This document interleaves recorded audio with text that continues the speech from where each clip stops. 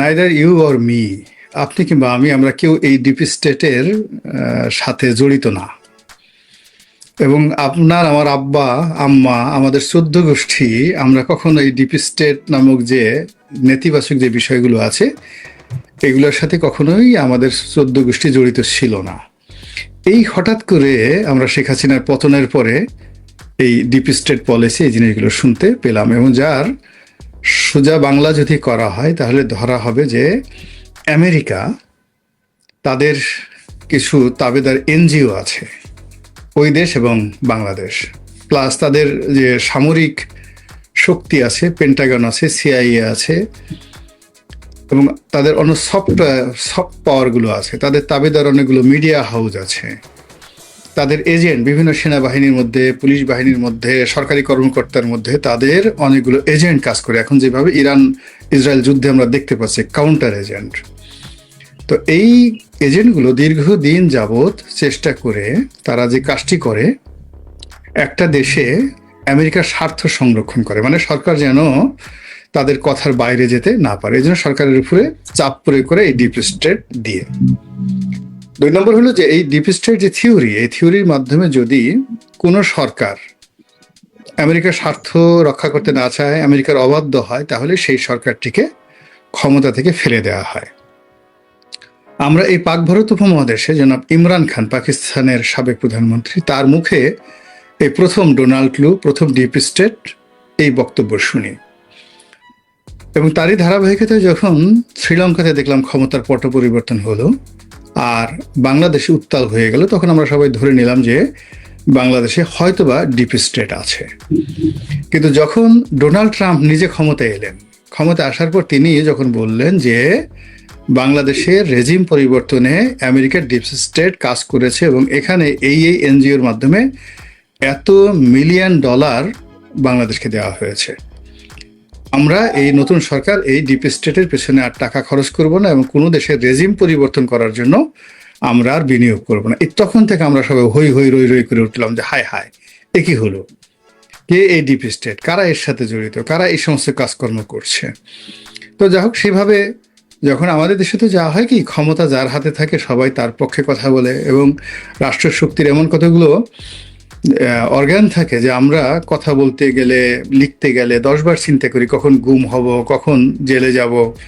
তো যার জন্য আমরা সবই বুঝতাম ইনুস জমানাতে, কিন্তু ইনুস সাহেব যে একটা আমেরিকার চর ছিলেন এবং ডিপ স্টেটের একটা এজেন্ট ছিলেন, ওই কথাটা আমরা জোরালোভাবে ওইভাবে আসলে বলতে পারিনি, যেভাবে আমরা এখন যদি কেউ শক্তিশালী কোনো পদ পদবিতে থাকে আমরা এটা বলতে পারছি না যে অমুক অমুক লোক আসলে ডিপ এজেন্ট হিসেবে আমাদের সন্দেহ হচ্ছে।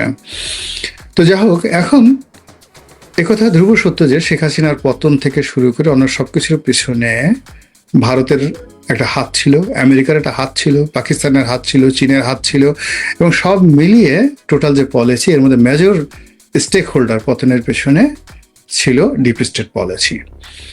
তো সেই ডিপ স্টেট পলিসি এখনো সম্ভবত তারা অ্যাক্টিভ আছে, এবং অ্যাক্টিভ থাকার কারণে কি হলো, আসিফ মাহমুদ, সজীব ভুঁইয়া, তারা যে কথাগুলো বলছেন মূলত বর্তমান সরকারকে একটা চাপ প্রয়োগ করার জন্য বা ভয় দেখানোর জন্য এই কথাগুলো বলছেন, যে আপনাদের সঙ্গে লন্ডনে আমাদের যে বৈঠক হয়েছিল, মানে ডক্টর মোহাম্মদ ইউনূসের সঙ্গে, পর্দার আড়ালে আপনাদের আমির খসরু মাহমুদ চৌধুরী, আপনাদের সালাউদ্দিন সাহেব, আপনাদের বিভিন্ন লোকের সঙ্গে যমুনার বাইরে বিভিন্ন জায়গায় আমাদের অসংখ্য বৈঠক হয়েছে।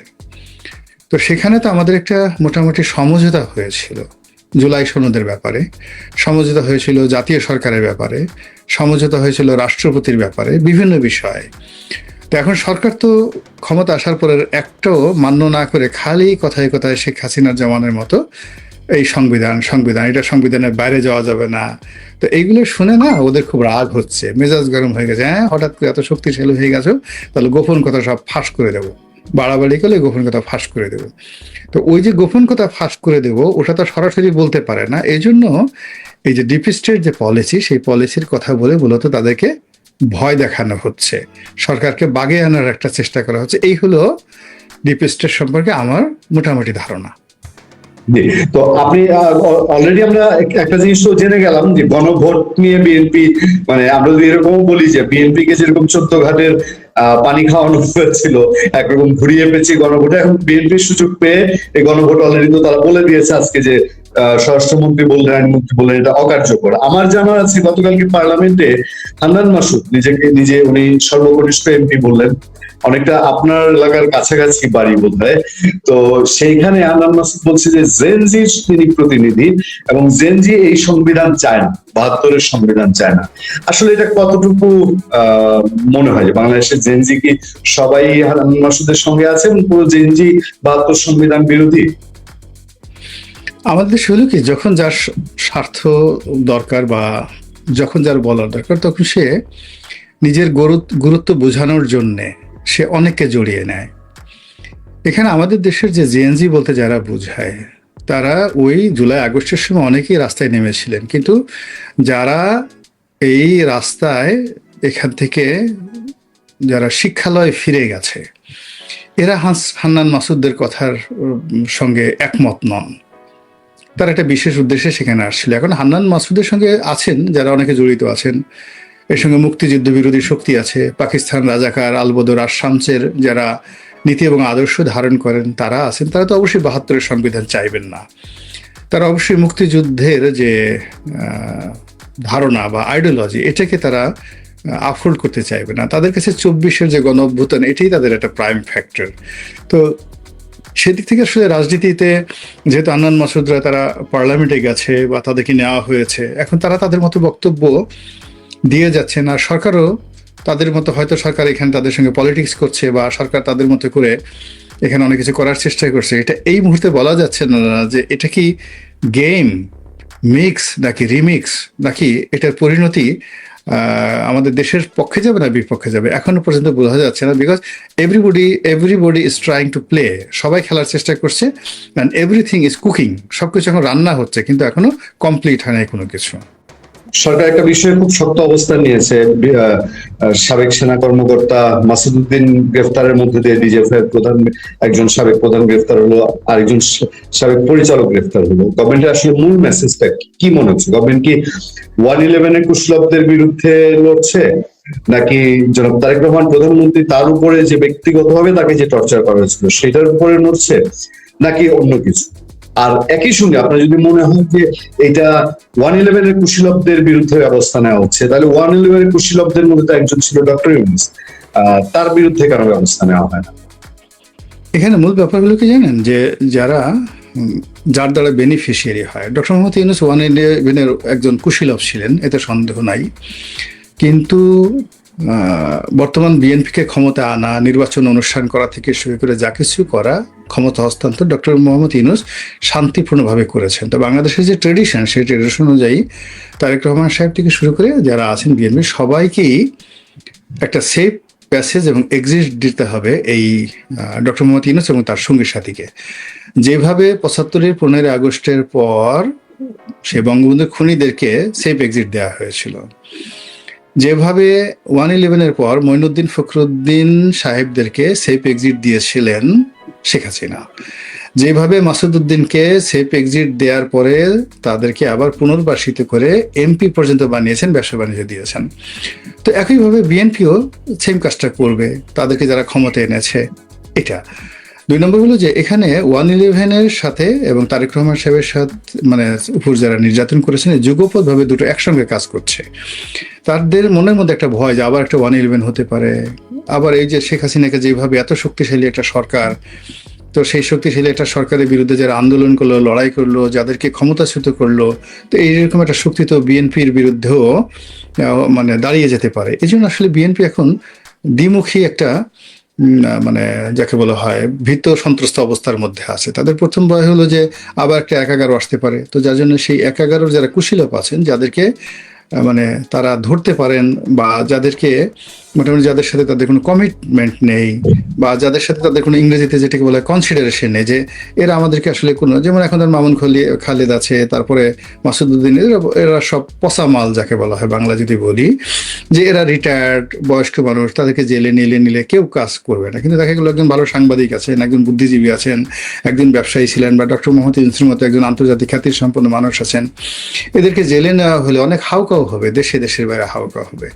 তারপর শেষে ধরেন আপনি একটা মিডিয়া হাউসের মালিক, তখন আপনাকে আমি ধরলাম, ধরার পরে আপনার সাংবাদিক সারা বাংলাদেশে ছড়িয়ে আছে, আপনার নেতাকর্মী আপনার আছে, তারা এখন ইউটিউবে একটার পর একটা সরকারের বিরুদ্ধে বদনাম ছড়াতে চাইলো, বলে সরকার এই ধরনের ঝামেলায় যাবে না, কানা আলমগীরকে দেখেন গ্রেপ্তার করতে গিয়ে ইউনূস কি বিপদে পড়লো, সে তাতে কোনো লাভ হয় নাই, বরং একেবারে শেষ মুহূর্তে গ্রেপ্তার করে আমরা সবাই মিলে যেভাবে তাকে গালাগালি করে তার সর্বনাশ করে দিয়েছি। তো এইভাবে এখন অনেক সাংবাদিক আছে, অনেক জনপ্রিয় ব্যক্তি আছে, অনেক ইনফ্লুয়েন্সিয়াল লোকজন আছে যাদের ভয়েস আছে, কলম আছে, তারপরে তারা দেশে বিদেশে যথেষ্ট ইনফ্লুয়েন্স করতে পারে যে কোনো সময়। তো এদেরকে আসলে বিএনপি কিছু বলবে না, তারা জানে যে এদের বুদ্ধিমতোই করা হয়েছে। এমনকি তার নিজের দলের মধ্যে তো অনেক লোক আছে, বিএনপির মধ্যে তো যারা সংস্কারবাদী লোক, তারাই হয়তো মাসুদউদ্দিন সাহেবকে বলেছেন, ডিজে লোকদেরকে বলছেন ধরো তারেক রহমান সাহেবকে, ধরো আচ্ছা মতো মাজা ভেঙে দাও, টানাও, পিটাও, ফেলে দাও, হ্যাঁ ওকে শেষ করে দাও। তো এই জিনিসগুলো বিএনপির মধ্যে বলছে, কিন্তু কৌশলগত কারণে এখন বিএনপির যারা লোকজন আছে তারা চিনেন, তাদেরকে জানেন, অনেককে হয়তো ভালো ভালো পদও তাদেরকে দিতে বাধ্য হয়েছে, কিন্তু তাদের তো এভাবে মারতে পারতেছেন না।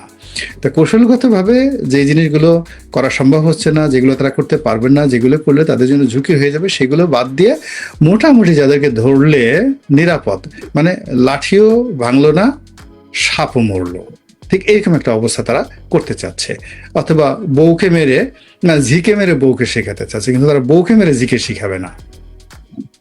তাহলে ব্যাপারটা কি এরকম যে ধরেন আপনি বলছিলেন যে এক্সিট, তারেক রহমান যেহেতু ক্ষমতায় এসেছেন ইউনূসের মধ্যে দিয়ে তাদেরকে এক্সিট দেওয়া হচ্ছে, তাহলে ইউনূস সরকারের অনেকের বিরুদ্ধে যে অসংখ্য দুর্নীতির অভিযোগ, মবে পেট্রোনাইজ করার অভিযোগ, এরা সবাই কি বিনা চ্যালেঞ্জে ছাড় পেয়ে যাবে? মোটামুটি ধরে নিতে পারেন বিনা চ্যালেঞ্জে ছাড় পেয়ে যাবেন, বিনা চ্যালেঞ্জে ছাড় পেয়ে যাবেন। আর এমনকি জামাতের সাথে বিএনপির সাথে আপনি যে রেষারেষি দেখছেন, এটা সাজানো, এটা অন দ্য লং রানে মানে এটা নিয়ে দেখা খুব বেশি জামাত রাস্তায় নামবে, বিএনপি তাদেরকে ফেস করবে, নট লাইক দ্যাট। এটা জনগণকে দেখানো যে একটা সুন্দর বিরোধী দল আছে, আমরা পার্লামেন্টে ওয়েস্টার্ন কান্ট্রিগুলোর মতো সে বিতর্ক করি, একে অপরের সমালোচনা করি, আবার দিন শেষে আমরা এক টেবিলে বসে খাবার খাই। দেখো আমরা কত সভ্য হয়েছি, আমরা কি শেখ হাসিনার মতো অসভ্য? আমরা কি মানে আওয়ামী লীগের মতো বর্বর? আমরা জাতীয় পার্টিকে যেভাবে আওয়ামী লীগ শেষ করে দিয়েছে, আমরা তো জামাতকে সেভাবে শেষ করিনি। আমরা জামাতকে আতর দিচ্ছি, আমরা জামাতকে অজুর পানি এগিয়ে দিচ্ছি, আমরা জামাতের সাথে কুলাকুলি করছি, আমরা জামাতকে সুযোগ দিচ্ছি, মাইক দিচ্ছি, আমাদের সে বেশি সময় দিচ্ছি যেন তারা আমাদেরকে গালাগালি করতে পারে। তো আমরা হলাম গিয়ে জাত এরিয়ান, আর্য জাতি। ইউরোপ আমেরিকাতে থেকে আমরা এই সভ্যতাগুলো শিখে আসছি।